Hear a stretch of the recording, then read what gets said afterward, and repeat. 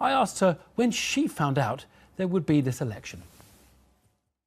This morning, so after the Queen, but before the rest of the Cabinet, and then the Prime Minister set it out. Before the rest of the country, not before the rest of the Cabinet? Or did you learn before the rest of the Cabinet? I learnt before the rest of the Cabinet, OK. And then she set it out formally to us all at Cabinet, and then the rest of the country.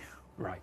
And was there any dissent or debate in Cabinet, or was it just a fait accompli? We're going to have an election, that's that? It's the Prime Minister's decision, isn't it, whether to call a general election? Well, no, because we had the fixed term And Parliament indeed, Act, which it's is her decision to call the general election, but it is up to the MPs tomorrow to decide whether that should go through or not, and we need two-thirds then. But actually, the answer to your question is no, there was no dissent.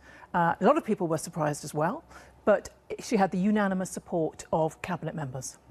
What would you say to those members of the public, and they may be a minority, who say, we have voted, you know, in a referendum last year, an election the year before, you've got a majority, just get on with it. It's not up to don't come back to us for another say. You should be just getting on with it. Well, I would urge them to listen to the statement that the Prime Minister made, and perhaps to the arguments the rest of us are now setting out. I mean, she's very clear about why she's called this. The fact is, if we can have a strong negotiating hand as we go into this incredibly important EU negotiation, it will improve her opportunity to get a good deal for the UK. But this is a matter of trust, isn't it? She repeated time after time, there will not be a general election. She could have said, read my lips, but she didn't. But she was in no doubt. She must have anticipated we were going to have a negotiation with the EU. She must have anticipated there would be, you know, the odd bit of dissent in the House of Lords. Listen, it's a perfectly fair point to make, but the fact is the Prime Minister did address that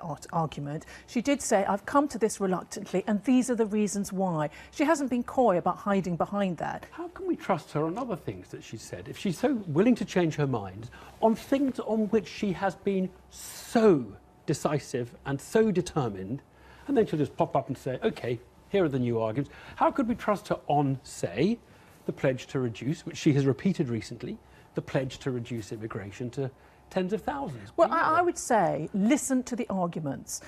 You know, she has addressed this. She has taken head-on that criticism in the speech that she made earlier today, and we'll be hearing more about it today. It's not about the polls. It is about the fact that we're now entering into this negotiation. There is no better time, really, to make sure that the Prime Minister has a strong hand than now. Article 50 has been triggered. She knew that we before. know she's always known that she wanted a strong hand. Is now doing their negotiations. We need to get into that position. No, I don't accept that. I don't accept that it's being premeditated, as you're suggesting.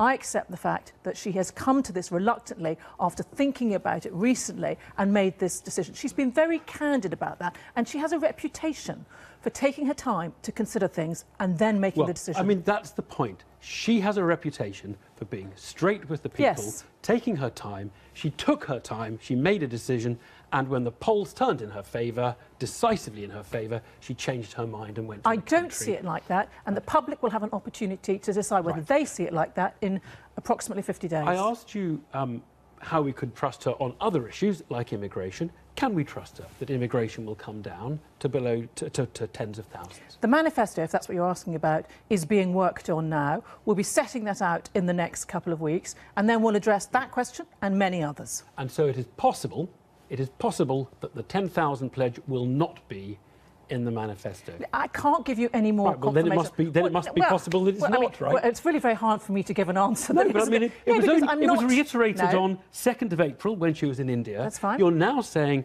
it is possible that won't be in the manifesto. I'm not prepared to tell you what's going to be in the manifesto in 2 weeks' time. When it's out, I hope I have an opportunity for further debate to be analysed on it.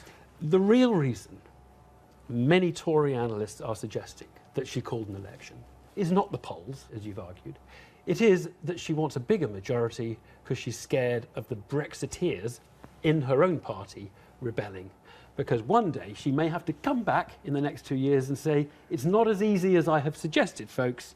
It's going to be quite a tough thing, and the Brexit isn't going to be as clear-cut or as clean as I have wanted.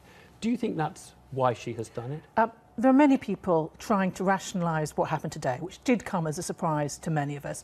I can't give you a yes or no to that answer, because people are throwing up all sorts of different theories about it. But what I can say is it certainly gives her an opportunity, if she gets what we hope she'll get, but we're not complacent, a good majority, the opportunity to arrive at potential compromises within the EU, potential lines that she can set, but there will still be plenty of opportunity to debate this within the House of Commons. But this is so interesting, because you are actually, in a way, your language, very interestingly, is confirming some of the suspicions that people have voiced, which is she is paving the way to get a bigger majority, which will make it easier for her to deliver a slightly softer Brexit than she has hitherto suggested. Well, I think you're jumping too far on that, because I just don't think we know yet what sort of Brexit we're going to end up with, because the negotiations she's told us what she wants. She has told us what she wants. And she's going to get what she wants. She's told us that she can. Well, we hope so, but those negotiations haven't even begun yet. But you're entertaining the idea that it could be a slightly softer Brexit than the one she wants. Again, I don't think we should look yet for all those sort of conspiracy theories within the rationale. It's not a conspiracy theory. No, but there are lots of different theories. There are lots of different theories, and perfectly sensible, perhaps. But the one that is most important is the timing, in terms of the fact we've triggered Article 50. We don't want to be going into an election year, or just before an election year, as we enter the final conclusions in March 2019. We want to be able to have that full mandate, the 5 years to go ahead, so we do the negotiations, and then for the next years. No, that's a bit strange. We're going to be out on March. Indeed. In 2019. Indeed. That gives us a whole year of being out before the next election. No, but an election can start, taking a year of election, no, but do we? Come the on, fact is, the EU would know, in terms of any negotiations, final deal, that the UK would be going into an election year the next year. In terms of having a strong hand with negotiating with the EU, you don't want the UK election to be on the cards. You want to say, this is the mandate that the UK has. Last year's referendum was decisive but close. I hope that this year we can get a strong mandate so that we can go and negotiate a Brexit which is in the national interest. Theresa May has made very clear voting for her gives her a mandate for her Brexit. So what should people do if they like Theresa May, they like the Tories, but they don't like her Brexit? OK, well, I would ask them to interrogate that Brexit. So she set out, at the Lancaster House speech, some of her Brexit proposals. And you say she wants out of the single market. I agree. But the phrase is the widest possible access to the single market. You say she wants out of the customs union. I agree. But she still wants to have a negotiation where we can participate in some elements of the customs union to help our businesses. So I don't think it's quite as clear-cut as you're putting it, and I hope we can make the case. I listened to that Lancaster House speech as she delivered. She talks about the widest possible access to the single market. But she couldn't have been clearer. She's been admirably clear about a very hard Brexit. No, I don't agree with that. There are many, like Stephen Dorrell, who was a Tory health secretary, who was saying we need to vote for candidates. He's a European movement person now, very pro-Remain.